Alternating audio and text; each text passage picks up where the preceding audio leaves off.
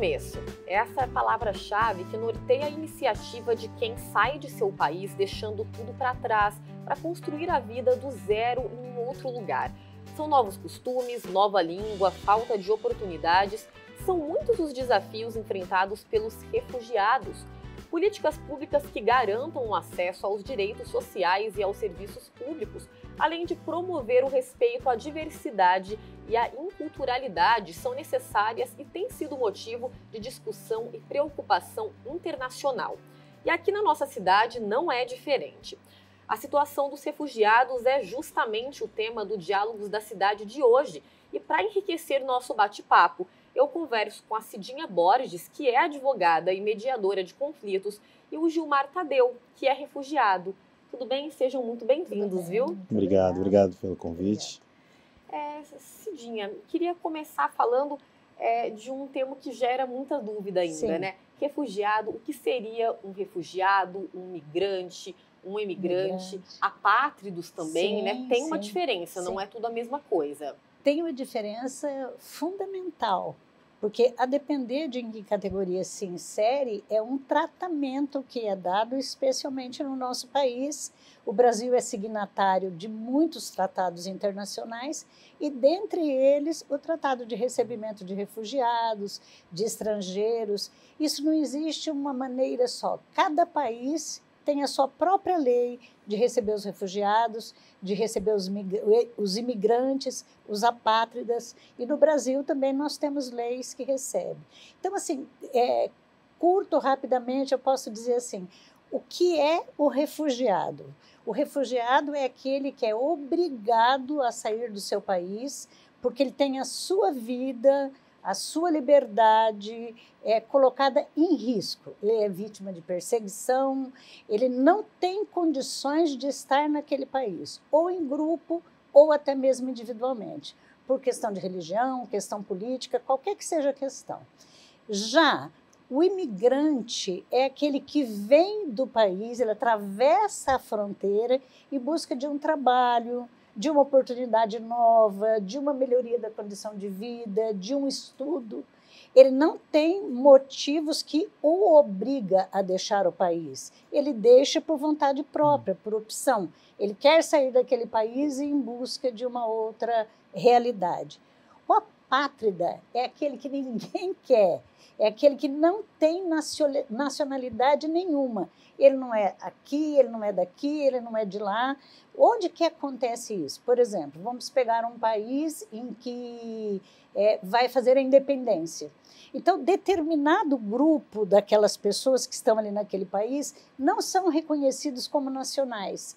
Aí ele já não é nacional naquele país dele e ele também não vai ser nacional em outro. Então, ele é uma apátrida. Então, no Brasil também nós temos também política e leis de recebimento do apátrida. Toda vez que pensar imigrante, pensa quem chega. O imigrante é sempre quem está chegando. O Brasil tem uma larga história de imigração, né? Desde dos italianos que chegaram, dos japoneses. Esses vieram em busca, estavam em dificuldade no seu país, vêm em busca de uma situação melhor. O emigrante é aquele que sai do país. Então, se eu sair do meu país, do Brasil, amanhã, para ir para os Estados Unidos, tentar a sorte, ou para a Europa, eu serei uma emigrante. E, de maneira geral, nós chamamos o que entra e o que sai de imigrante. Então, esta gente em movimento, tanto os refugiados, como os imigrantes, como os migrantes e como os apátridas, é que conforma essa população imensa, gigantesca de pessoas, seres humanos como eu, como você, como todos que estão nesse estúdio, a se movimentarem em busca de uma vida melhor, seja por perseguição, que é a questão dos refugiados, ou seja por uma questão de opção própria. Mas a diferença fundamental é essa. Refugiado não tem alternativa. Ele está sendo perseguido no seu país. Como é que, em geral, ele se posiciona? Normalmente, ele não atravessa a fronteira quando ele está em dificuldade. Ele tenta ali, dentro da própria fronteira, ele muda de cidade, ele muda de região, por conta de que ninguém quer deixar o lugar onde vive. E se não é possível, ele atravessa a fronteira. Então, quando ele atravessa a fronteira, por esses motivos de que ele foi obrigado, ele é um refugiado. É necessário que ele atravesse a fronteira do seu país. Ainda que seja ali para o país do ladinho. Atravessou a fronteira por perseguição, por política, religião, questões de sobrevivência, ele já é um refugiado. E, então, esse refugiado ele tem leis internacionais que o protegem. E no nosso país, ele tem leis muito favoráveis de proteção a esse ser humano, a esse semelhante nosso. Bacana, a gente já vai continuar sobre essa questão das leis internacionais, mas só para a gente reforçar, você falou do apátrido, pessoas, por exemplo, que moram em países, ilhas muito pequenas, às vezes por questões de desastres naturais também, são consideradas apátridas? No caso, o local não existe mais, uma ilha em específico, essas pessoas também podem ser consideradas apátridas? Eventualmente podem ser consideradas também apátridas. Na verdade, hoje você tem uma discussão no Brasil, que é a discussão dos refugiados por clima, né, por desastres naturais e tal. Esses ainda não têm o reconhecimento objetivo e efetivo da ONU. É estudado, na verdade, mais aquela circunstância, e muitas das vezes eles podem ser recebidos como refugiados e como apátridas, mas ainda não tem um rol taxativo, uma coisa taxativa ainda para eles. Mas é possível, sim. Bacana. Bom, Gilmar, você está aqui no Brasil há aproximadamente 8 meses, né? Você veio da Ucrânia. Conta um pouquinho para a gente da sua história, de como que você chegou aqui no Brasil e depois especificamente em São José dos Campos. A história é bem longa, né? Aproveitando até o ensejo da abertura do programa, quando você fala de desafio, é o maior desafio que a gente encontra, né? E ouvindo tudo que a doutora colocou agora, esclarece bem como nós nos sentimos aqui, né? Eu sou brasileiro, verdade, mas estou 15 anos na Ucrânia. 2014 eu já estava na Ucrânia, quando aconteceu o primeiro ataque, e agora em 2022, que foi o maior ataque que nos obrigou a deixar o país, como a própria doutora mencionou. Por mais que eu esteja só 15 anos, eu me naturalizei. É a minha segunda pátria, é o meu país. Eu sou casado com um ucraniano, tenho filhos ucranianos, tenho familiares na Ucrânia, então a mesma dor que eles sentem eu sinto, e a mesma necessidade que eles tiveram também eu tive. Eu tive que acordar de madrugada e sair com uma sacola de mercado com algumas peças de roupa, com meu filho no carrinho, e minha esposa sair correndo dentro de um trem que comporta 2.000 pessoas e tinha 10.000 pessoas. Então é uma situação que é bem complicada. E nós chegamos, eu não vim no mesmo voo daqueles que estão aqui, né? Nós aqui em São José nós tínhamos 9 famílias, 3 já voltaram, então nós somos 6 famílias com a minha. Minha família veio num voo da FAB. Nós chegamos no final de março. No primeiro momento nós ficamos ali em São Paulo, também sendo amparado por instituição religiosa, até chegarmos aqui em São José, até por conta do número de ucranianos, né, através da Igreja da Cidade. Então, a Igreja da Cidade abriga e recepcionou a maior parte de todos os ucranianos nesse segundo evento de 2022 da guerra, né, esse último atentado. Chegaram no Brasil mais de 260 ucranianos. Lógico que a maioria foram para outras cidades diferentes, grande parte ficou aqui em São José. E esse período que eu estou aqui, eu também estou cuidando deles, né, por conta de falar o idioma, né, tanto russo como ucraniano, por ter família ucraniana, conhecer a cultura. Então, nós estamos aqui em São José, com esse projeto da Igreja da Cidade, pastor Carlito Paz, entre outros parceiros que têm dado esse auxílio para nós aqui. Como que foi o acolhimento seu, dessas outras pessoas que vieram juntamente com vocês?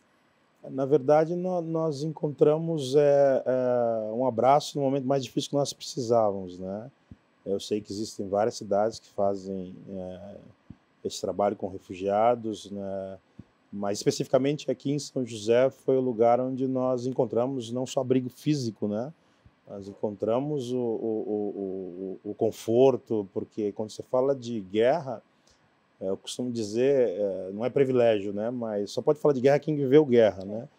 Então, são traumas, é uma série de coisas que envolvem, né? Então, a gente tem apoio psicológico, tem estrutura física, a gente não sente necessidade de coisa alguma, a não ser esse trabalho que tem necessidade, né? Além de saber dos direitos, né? A gente descobriu em uma conversa informal com a doutora e com os outros doutores sobre os direitos que nós temos, que nós não sabíamos, então tudo é novo para nós e a gente tem recebido apoio na cidade, especificamente da cidade e da instituição que é a igreja, né? Não que o município não faça nada e que o governo poderia fazer, como a própria doutora disse que existem outros meios e leis que poderiam, se tivéssemos nossos conhecimentos antes, talvez, poderiam ser mais explorados, mas pelo fato de termos estrutura por conta da igreja da cidade, a gente passou desapercebido nesse sentido que a gente pode ir até mais longe, né? Hoje já tem ajuda de custo, né? benefício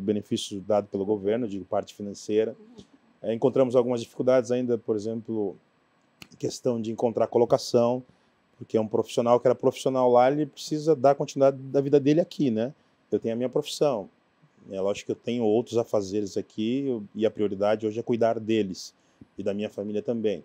Mas nós temos biomédica no nosso grupo, nós temos professora no nosso grupo, nós temos metalúrgico que hoje já encontrou emprego aqui em São José, né, através da própria igreja da cidade. Então essa, não digo dificuldade, mas são 8 meses já aqui no Brasil. E nos últimos meses que a gente está começando a caminhar mais rapidamente no sentido de que muitos querem permanecer no Brasil. Existem uma grande parte que tem motivo para voltar por conta da pátria, existe esse patriotismo, né? Isso fala muito alto, independente das circunstâncias. Hoje, 3 famílias já voltaram para a Ucrânia. Mas também existe a preocupação daqueles que vão permanecer, né? Como ficarão? Precisam encontrar emprego, precisam... As condições Sim, as condições, né? As condições. Então, esses serão os próximos desafios, né? Mas a gente tem trocado bastante ideia com a doutora. A gente está muito amparado na lei e na certeza de que haverá continuidade acerca desse projeto que se iniciou com a igreja. E daqui a pouco, essa é a nossa oração, nós entendemos o que nós queremos, que vai terminar e nós vamos voltar, né? Porque é o país que eu particularmente escolhi e é o país dos ucranianos, da maioria, né?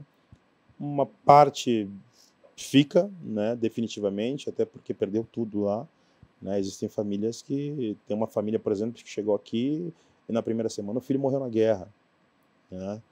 E tem família que não tem para onde voltar. Então, fez a escolha de permanecer aqui. É muito mais do que desafio de recomeço, é muito mais. Tem trauma, tem muita coisa, Os que voltaram agora estão passando dificuldade por conta de não ter eletricidade, não ter gás. Esse inverno não é a nossa torcida, mas será o mais rigoroso do que foi o ano passado. E o ponto negativo é que não tem aquecimento, ou seja, menos 28 sem aquecimento. Se aqui no Brasil, num inverno rigoroso, as pessoas chegam a perder a vida, aqueles que moram na Rússia, imaginem se menos 28, né? Então tem uma preocupação muito grande da nossa parte ainda. Nós que estamos aqui, estamos seguros, sim, mas os familiares estão lá e os outros também que permanecem lá. Até mesmo os que voltaram, né? Estão se queixando dessa... É uma apreensão constante, sim, né? Sim, não é todo tempo.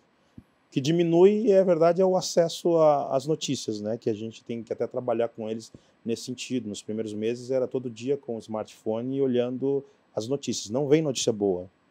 Então, isso, de certa forma, que entra na tua mente, acaba entrando no teu coração e acaba desestruturando, né? E aí, para isso, é preciso uma força-tarefa, né? A gente vai fazer a nossa primeira pausa agora.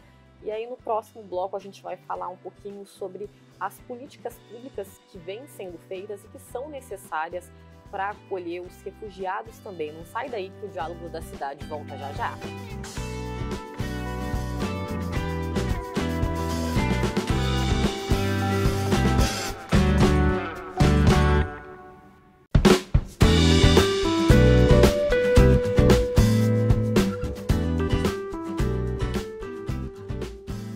Estamos de volta e hoje estamos abordando o tema sobre a situação dos refugiados. E para compartilhar informações com a gente, está aqui no estúdio a Cidinha Borges, que é advogada e mediadora de conflitos, e o Gilmar Tadeu, que é refugiado. Bom, eu terminei o primeiro bloco, né? Você contando a sua história, né, Gilmar, um pouquinho dela. E é importante a gente reforçar sobre esse trabalho, né? Igual você falou da igreja, instituições que se unem para poder dar condições para essas pessoas que estão precisando, né? Muitas perderam tudo, chegam no país estrangeiro, têm de lidar com a questão da língua, a diferença da língua, não conhecer ninguém. Sim. E também é interessante, aliado a isso, políticas públicas, né? Que o governo também tenha políticas para essa área. Sim, isso é fundamental. Pela questão que ele colocou, a gente viu o quão sensível é essa situação. Por que eu tive contato com ele? Porque eu estou presidenta da Comissão de Direitos Humanos da OAB de São José dos Campos. E com a vinda do Dr. Wellington para cá, que nos abrilhantou com uma palestra maravilhosa e sensível na Univap, universidade na qual eu me formei, o Dr. Wellington também, ele era meu convidado, devido à vinda dele para cá, que é um funcionário da Acnur, né, do Alto Comando das Nações Unidas para refugiados. Quando o Dr. Wellington ficou sabendo, eu contei para ele que tinha refugiados da Ucrânia em São José dos Campos, e ele está exercendo o trabalho dele na Rússia, ele disse, eu quero conhecer. E eu fui com a minha equipe de advogados, membros da Comissão de Direitos Humanos, para conhecê-los. E me deparei ali, né, pela primeira vez na minha vida, diretamente com um grupo de pessoas que tinham vindo nessa situação e que, felizmente, haviam sido acolhidos pela igreja. Ou seja, estavam bem, tinham uns que iam voltar, né? E aí que a gente foi ver um pouco de como é que se dava a entrada dos refugiados no Brasil, quais eram as políticas públicas, qual órgão que cuida, né? O CONARE, que é ligado ao Ministério da Justiça, né? E que eles devem procurar, e que todo refugiado pode pedir ingresso, né? Pode pedir para entrar no Brasil, e que depois que é aceito, e se ele entra no Brasil, olha a diferença do refugiado, ele não pode ser devolvido nem para o país de origem e nem para qualquer país que coloque a sua vida em risco. Então, é muito importante esse recebimento, essa política do Brasil de receber. Por exemplo, você vê agora, né, são 6 milhões de ucranianos que estão fora da Ucrânia, que saíram nesse período. Nesse momento que nós estamos aqui conversando, deve ser mais, porque me dizia o colega aqui que há uma nova... um novo grupo saindo, né? Você tem 6 milhões de afegãos que saíram, né? De sírios, me desculpe. Você tem afegãos, muitos, aqui nós recebemos. O Brasil recebe bastante gente do Afeganistão. Aliás, a gente nós recebemos também. Vocês também recebem, a igreja também daqui da cidade recebe. A gente viu, inclusive, reportagem desses que chegaram e, sem uma estrutura muito grande, estavam e ainda estão no aeroporto lá de Guarulhos, né? Aguardando para ver para onde vão ser recebidos. Então, essa multidão de seres humanos, de pessoas como nós, que são titulares dos mesmos direitos que nós somos, entrou no nosso país como refugiado, ele é titular de todos os direitos que nós temos. Ele tem que ter carteira de identidade, ele tem que ter carteira de trabalho, ele tem que ter escola para as crianças, ele tem que ter acesso à saúde, ele tem que ter tudo aquilo que nós temos. E ele não pode ser devolvido, em circunstância nenhuma. Mas é interessante a gente também falar, porque assim, o nosso país, há internacionalmente a xenofobia, né, que é, digamos, a aversão ao estrangeiro. Especialmente no nosso país, que é um país pobre, né? Nós vimos a pobreza aí aumentando muito nos últimos anos. Qual o primeiro raciocínio que vai na cabeça das pessoas, né? Se ela não for extremamente humanitária e solidária? Vem gente de outro país para me tirar o emprego, para usar o SUS, que já está superlotado, para ganhar a Bolsa Família, e isso vai diminuir para mim. Então, isso chama xenofobia, né? É aquela aversão que muita gente tem. Então, esta política de acolhimento, de recebimento, ela trabalha com outro lado, com o enriquecimento cultural, de tradição, inclusive de mão de obra, de tecnologia, que estas pessoas que vêm de outros países podem trazer e enriquecer a gente, enriquecer o nosso povo, enriquecer o nosso país. Por isso que é fundamental esse trabalho que faz a igreja, e também, no meu modo de ver, seria fundamental que o poder público municipal se envolvesse. Por quê? Porque, como ele disse, alguns voltaram, alguns pretendem ficar. Tá aí esses que vão ficar. É obrigação também do poder público. Rigorosamente, o CONARE diz que é uma obrigação da federação, mas o governo federal repassa o dinheiro e é, digamos, obrigação do poder público também acolher. Acolher no SUS, acolher na escola, acolher com moradia, ajudar a arrumar emprego, né? É um cidadão, isso. É um cidadão como qualquer cidadão brasileiro, né? E isso que eu acho que a gente tem que trabalhar bastante, inclusive na população, tentando cada vez mais conscientizar da importância da ajuda humanitária, da solidariedade enquanto pessoas, né? E a gente receber essas pessoas que vêm e integrá-los a nós, né? Imagina, eu estive lá com os ucranianos, eles não falam uma palavra em português. Se não fosse ele e a outra colega que estava lá, nós seríamos incapazes de entender qualquer coisa que eles disseram. Mas imagina a dificuldade que você tem com a língua, com o costume. Vamos imaginar um muçulmano aqui no nosso país, né? Alguém que veio de um país cuja religião é essa. E imaginamos ele chegando aqui e dar de cara com o nosso carnaval, né? É uma diferença muito grande, né? De adaptação, mas não só desse ponto de vista, mas do ponto de vista humano mesmo, de receber do calor humano, né? Há muita gente bonita no nosso país, há muita gente linda por aí que presta esse tipo de solidariedade, e esse trabalho que enriquece, acima de tudo, a nós. Não tira nada da gente, muito pelo contrário, traz. Só cresce. Sem dúvida, gostaria de complementar alguma coisa? Eu percebo, dentro de tudo que a doutora falou, que ainda falta muita coisa por parte da iniciativa do município, né? Que eu percebo que a instituição, enquanto igreja, que tem feito, porque nós temos buscado recolocação ou colocação profissional. A parte da saúde, temos sido muito bem atendidos pelo SUS, né? Eu fiquei assim muito feliz, né? Porque fazia muito tempo que eu não via no Brasil e nós tínhamos uma ideia completamente avessa acerca da saúde pública, né? E eles passam todos pelo SUS.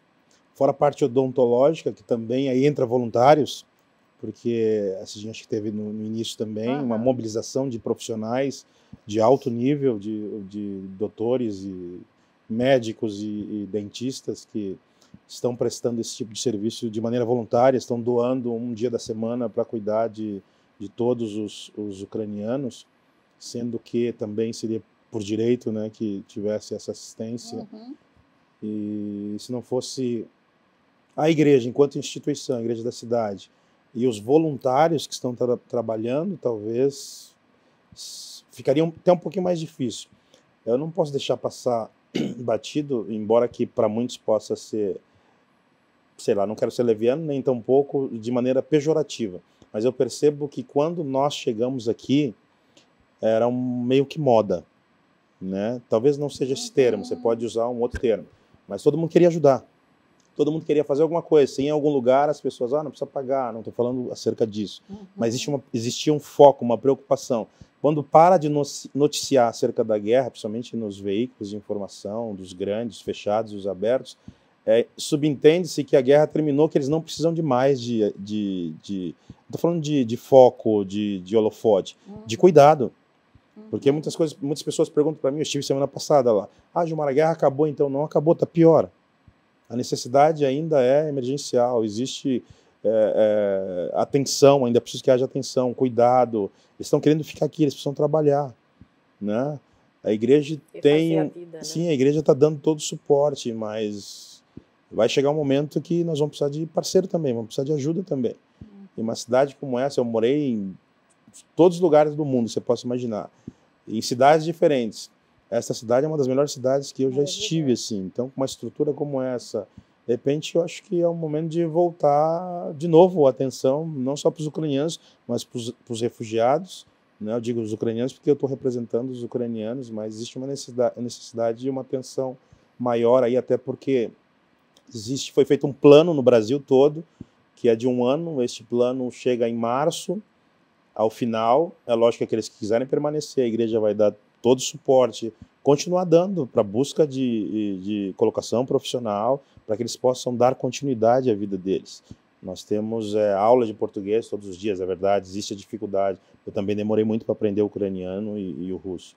Eles encontram grandes dificuldades, barreiras com o idioma, e esses dias mesmo, numa aula de português, faltaram algumas, eu fui descobrir, porque começou a lembrar da Ucrânia, e enfim, daí já vem remete, né, tudo psicológico. Também. Então é 24 horas ali, trabalhando com eles todo o tempo ali, querendo saber a necessidade deles, visita, nós que fazemos visitas diárias, semanais, com voluntários, quando não sou eu, Cauana e os outros voluntários.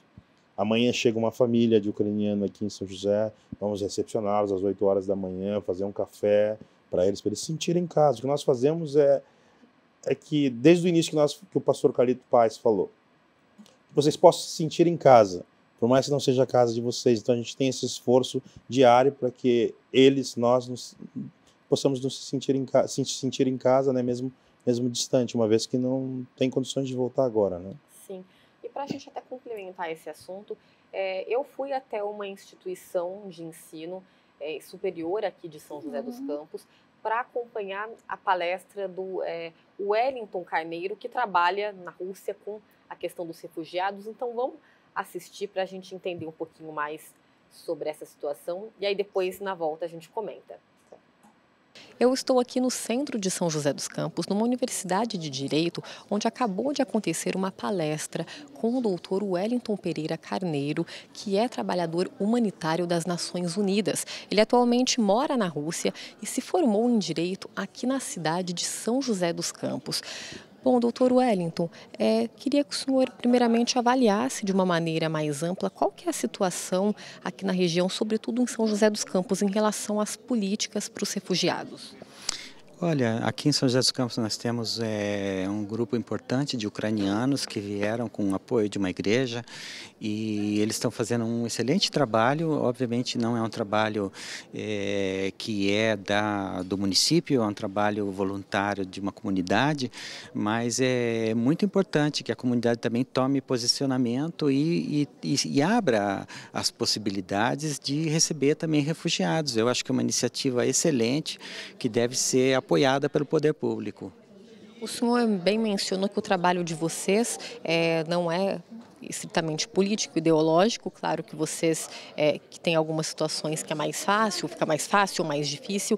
O senhor pontuou também que em 2019 ao menos 1% da população no mundo estava em deslocamento forçado.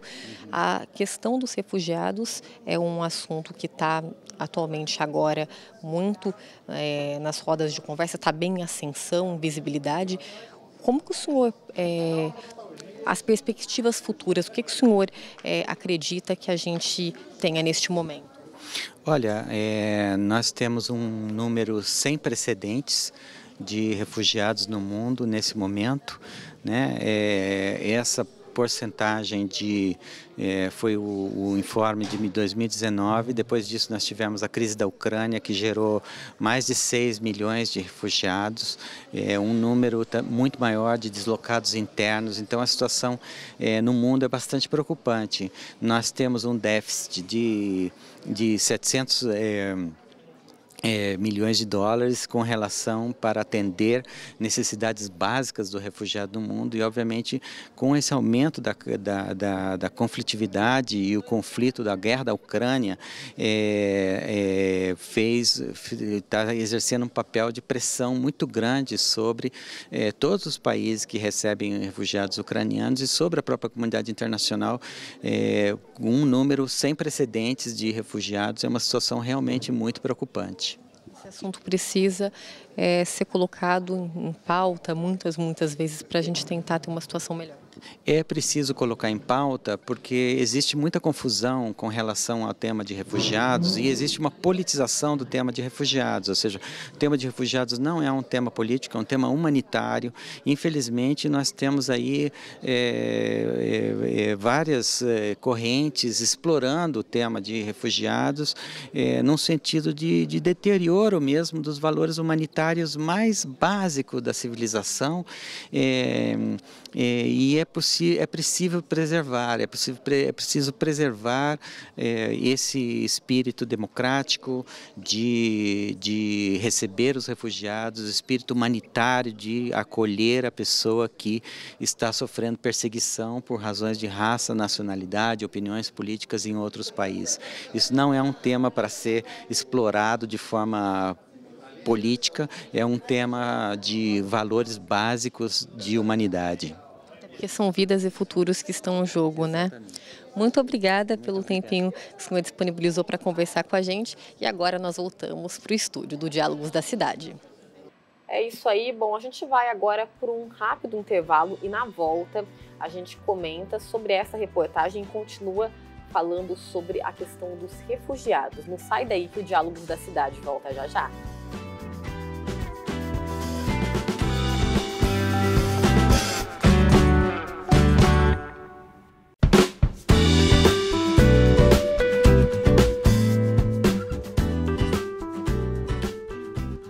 Estamos de volta com Diálogos da Cidade, que a gente está falando hoje sobre a questão dos refugiados.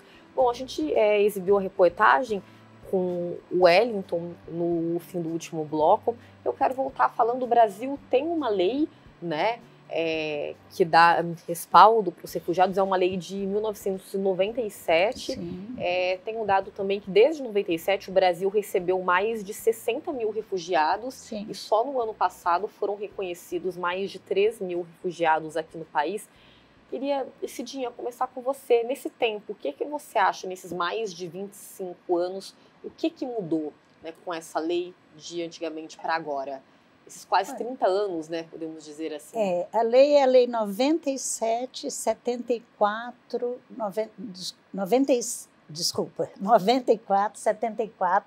97, para quem quiser procurar. Ela trata exclusivamente de refugiados, desde o momento do acolhimento, da permanência, do retorno, caso queira, a naturalização, caso venham a pleitear no Brasil, né? Então, é uma lei, como que a gente pode dizer, uma lei bem positiva para receber os refugiados. Mas, em minha opinião, o que passa, né? O que passa é que o mundo mudou e muito. Nós tínhamos um número de refugiados pequenos, né? Nos últimos anos, com a guerra, com a crise econômica, a crise política, você multiplicou por 10, né, ou por 20, ou por 100, o número de pessoas andando em volta do mundo, né, ou pelo mundo, o número de refugiados, né? E por isso que a gente fala, né, a questão de refugiados, ela não é uma questão política, ela é, acima de tudo, uma questão humanitária, como o colega aqui, que é da Ucrânia, já colocou para a gente, né? O que você vai ter o que se tem que fazer, por exemplo, qual política a União Europeia tem de receber os refugiados, né? Nós temos uma crise mundial com essa questão humanitária, né? Uma crise, ignorar, né? Isso que não dá para ignorar. A gente vê 5 mil pessoas morrendo no mar, tentando entrar, por volta de 5 mil pessoas, tentando entrar na Grécia, tentando entrar na Itália, né? Não é possível que isso não nos sensibilize, não é possível que isso também não flexibilize um pouco a política do governo brasileiro de receber os refugiados, mas não só aqui no Brasil, de todo o mundo. Porque, por exemplo, a União Europeia também, de uma maneira geral, não pode politizar quem entra. Se é de tal país, então entra, se é de qual país, não entra, né? Se o país é mais pobre, então a gente limita o número. Muito, né? Esse preconceito, isso. Com raça, com questão raça, social né? também. Com cor, com questão social, né? Olha, eu lembro quando os haitianos chegaram ao Brasil, acho que todo mundo lembra disso, né? Causou um estranhamento para muita gente. Como como se nós aqui não fôssemos também negros, haitianos, né? Muito parecido com os haitianos, né? Então, é essa questão o mundo vai ter que pensar.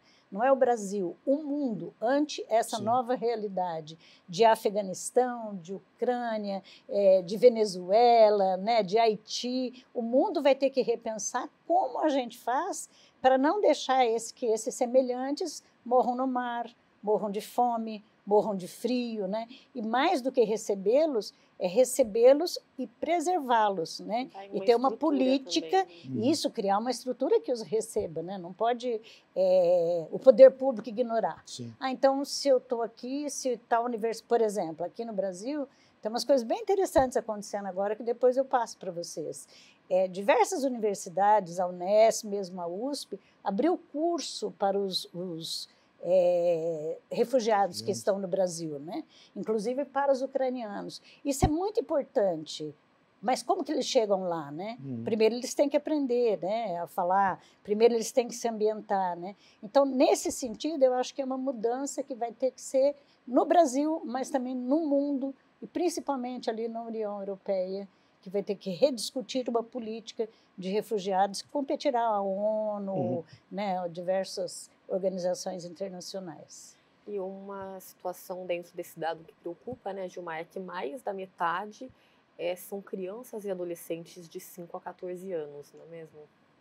Eu, na minha saída, inclusive, neste trem, né, que eu saí com a minha família, tinham crianças 10, 12 anos, 13 anos, viajando sozinho.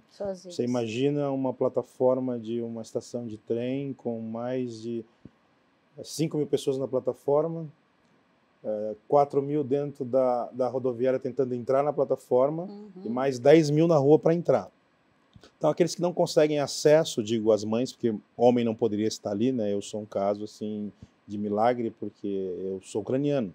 Então, não poderia estar ali, que eu tenho menos de 60 anos, tenho mais de 18, eu teria que estar na guerra. Então, percebe-se, nesses primeiros meses, por exemplo, que as mães que não conseguiam entrar, o que elas faziam? Elas jogavam os seus filhos dentro do trem. Então, eu embarquei num trem com crianças de 12, 13 anos, indo para a Polônia e dali decidindo sobre o futuro, né? Para onde ir, e criança, cuidando de criança. Isso. Nós temos um caso de uma jovem de 18 anos que viajou com 2 filhos, com 2 irmãos de 16, uma menina e um menino, que é essa dificuldade que a gente está encontrando, inclusive sobre documentação. Ela tendo 18, ela veio como responsável pelos pais, pelos irmãos de 16 anos, com uma autorização dos pais. Esta autorização venceu, porque era uma autorização para ela entrar no país. Ela entrou no país com os 2 irmãos, venceu a autorização e começamos este processo, inclusive com a orientação da doutora Cidinha e do doutor Wellington, para buscar aquilo que é de direito, né? Que é um direito deles enquanto refugiado, tendo os mesmos direitos que nós brasileiros, como vocês brasileiros, de documentação, para poder dar continuidade à vida deles, pelo menos o tempo que eles permanecerem aqui, né? Então, no nosso grupo, são esses 2 casos, né, de jovens de 16 anos, as crianças vieram com as mães, né, não com os pais, e as crianças, a maioria, estão estudando, inclusive no colégio dentro da igreja, colégio espírita, mas eu percebo aí que talvez a dificuldade até de se fazer entendido é sobre política, né, política e humanitarismo, né, as pessoas, acho que quando se vê política, a doutora me corrige, parece que existem muitas regras, né, e imposições. E não é o caso, é uma necessidade, mas é guerra. Nós estamos aqui por conta de que nós somos obrigados a deixar o nosso país. Nós não estamos aqui para pegar o lugar de ninguém ou para aumentar o número, né, que já é grande dentro do país não sei, existe, talvez no princípio houvesse esse tipo de preocupação, né? Queríamos estar lá, mas nós não podemos estar lá. Estamos aqui, fomos acolhidos, estamos abrigados. Agora, aqueles que tiverem como objetivo dar continuidade à tua vida dentro do país, esse sim vai precisar de auxílio e se escorar naquilo que a lei, né, permite. Sim, né? E até para complementar, é tarefa do governo brasileiro, inclusive assinando tratados internacionais, a demandar mais verba para atender os refugiados, né, nos lugares onde tem, possibilita tê-los, e não partilhar aquilo que já é pouco, né? Então, há recurso para Uhum. isso, o governo tem que estar bastante atento e, embora seja uma determinação, uma tarefa do governo federal, mas cabe também ao governo estadual e cabe também ao governo municipal, né, ver como que a gente coaduna e consegue fazer com que os Fazer de acordo com o seu recursos alcance, já né? escassos, que eles não sejam diminuídos, não, é que eles sejam aumentados para receber essas pessoas, né? Então, por ser direito, já está liberado, né, para Sim, atender neste perfeito, caso. perfeito. E no caso, Cidinha, é importante a gente frisar também, até para o pessoal de casa, para muitos que não sabem, tem um estatuto também dos refugiados. Por exemplo, se chegou a cometer algum crime contra a humanidade, tem Sim, algumas regrinhas, isso. né, que aí não pode ser contemplado com essa política. Isso, foi muito bem lembrado isso, porque faz parte da nossa cultura xenofóbica, né? Pensar o seguinte, olha, mas se o Brasil, ou se qualquer país receber refugiados, para cá vem muitos bandidos que foram bandidos nos seus países e vêm para cá e É a vão primeira aumentar... preocupação, parece. É a primeira preocupação, e vai aumentar a bandidagem no Brasil. Não. A lei dos refugiados, o estatuto, é muito claro. Para ele ser admitido como refugiado no Brasil, ele não pode ter cometido crime de guerra, crime contra a humanidade, nenhum crime no lugar onde do país de onde ele vem.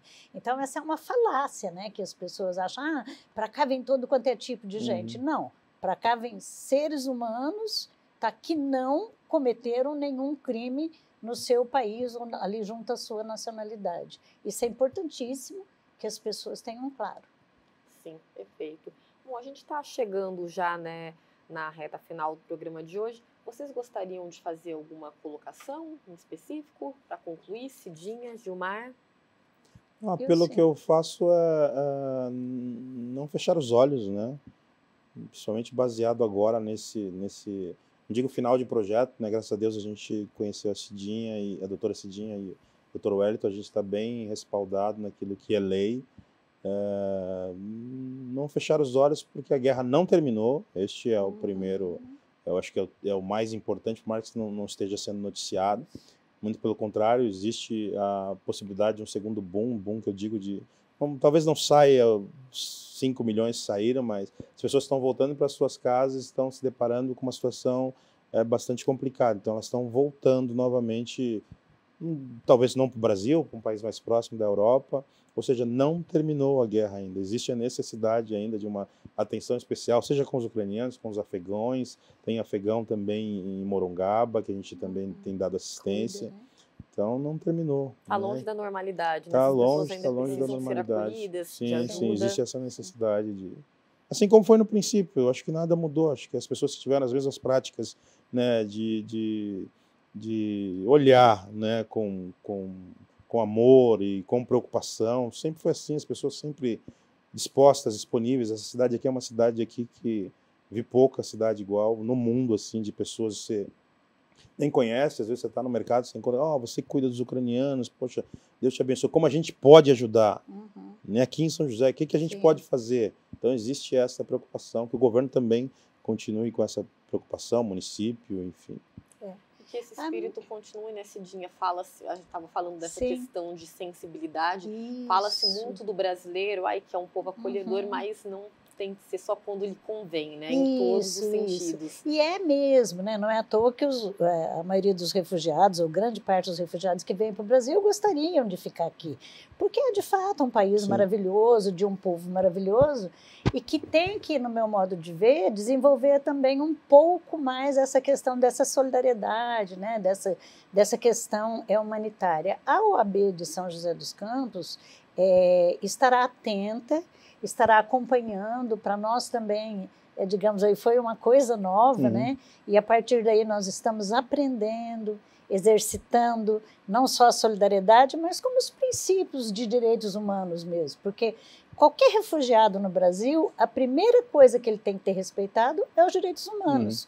Ele tem que ter todos os direitos humanos garantidos. E nesse sentido, nós, pela OAB, vamos estar acompanhando tantos que já estão aqui, como os que eventualmente vierem para cá, e já me coloco aqui,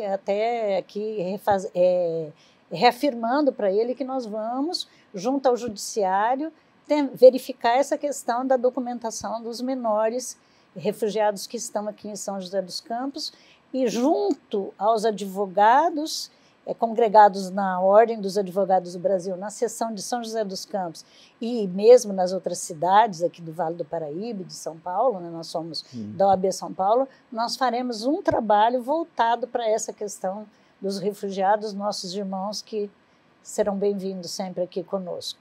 É uma união de forças mesmo, né? Que a gente está falando da pior crise humanitária dos últimos anos, então é preciso que seja feita alguma coisa. Quero agradecer, então, mais uma vez a presença de vocês. Tenho certeza que foi bastante útil, bastante enriquecedor para o pessoal aqui de casa. Obrigada. Muito obrigada. Em nome da OAB, eu agradeço também muito vocês e o colega. Também agradeço a oportunidade até de fazer conhecido, né? A gente não pode se calar, né? Tem que fazer conhecida a necessidade também. E agradeço em nome também do nosso pastor Carlito Paes, né, que agora está nos Estados Unidos, mas tem coordenado aí essa força-tarefa junto com os voluntários e a igreja está bem mobilizada nesse sentido. Tá certo, gente. Bom, e o Diálogos da Cidade fica por aqui. Não se esqueça de nos acompanhar pelo youtube.com/CâmaraSJC. E lembrando que agora a TV Câmara já está em canal aberto pelo 12.3.